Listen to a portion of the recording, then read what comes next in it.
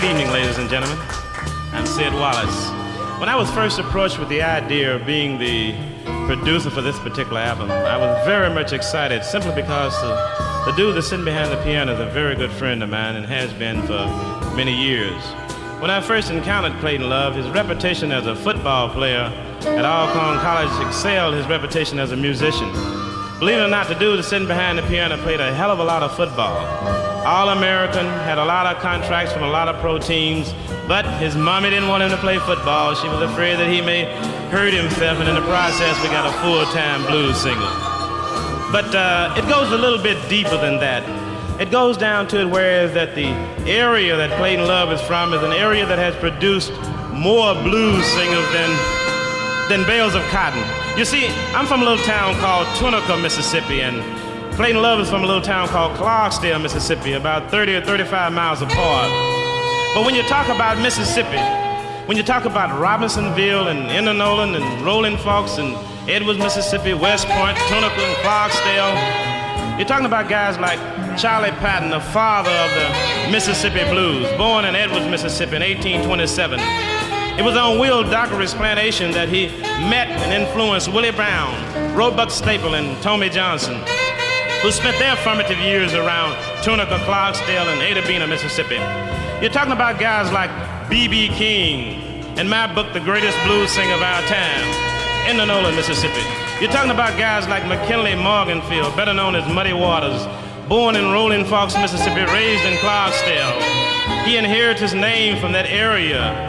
Some says that his mother gave him that name because he used to like to play in the muddy waters in a little nearby lake called Deer Creek, and he'd come home all muddy, and so she called him Muddy Waters. And some say his friends gave him that name because he used to gig fish on a Saturday, and he'd sell them on a Saturday night, and his friends called him Muddy Waters. But I do know one thing, that only God could have given him the soulful, rich voice that launched him in the Blues Singers Hall of Fame. When you talk about Mississippi, you're talking about guys like Little Junior Parker, Clarksdale, Mississippi. You're talking about guys that, like the first blues singer to play an electric guitar, and he played it in the streets of Robinsonville, Mississippi. He was born Chester Arthur Burnett in West Point, Mississippi, but the world knew him as Howlin' Wolf. You're talking about guys like Ike Turner, one of the foremost geniuses of our time, who captured a rhythm pattern and a frequency that helped set the pace of the 60s. He's from Clarksdale, Mississippi. You're talking about guys like Jackie Brinson, who teamed up with Ike Turner in the early 50s. Bad Boy on drums, and Raymond Hill on saxophone, and Jesse Knight on bass, and Ike Turner on piano. They came out with a little thing called Rocket 88. It sold 1 million copies. They were from Clarksdale, Mississippi.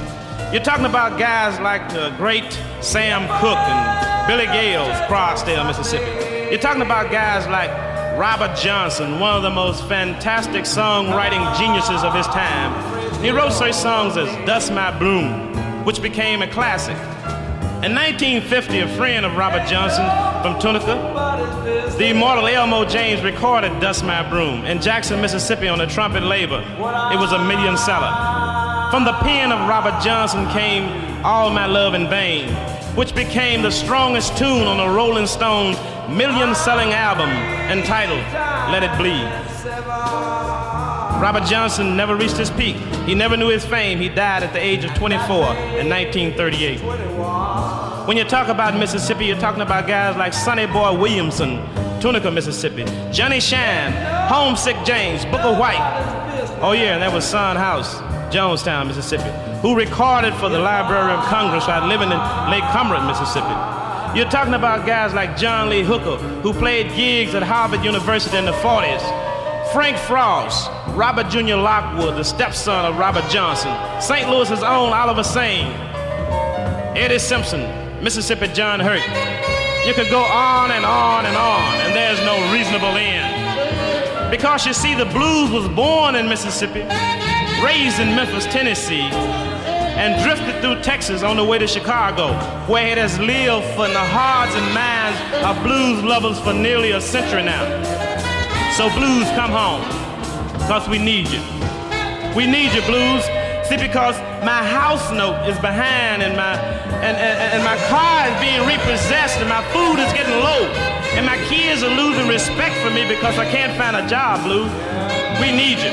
I remember a long time ago I heard Sonny Boy Williamson say down in Mississippi, say, I'm down here in Rolling Forks and they treat me like a dog. They got me walking logs. I didn't know what he meant. I didn't understand it. I remember hearing Robert Johnson say one day, say, the blues grabbed the man-child and they tore him up inside. And I didn't understand it because I was just a kid.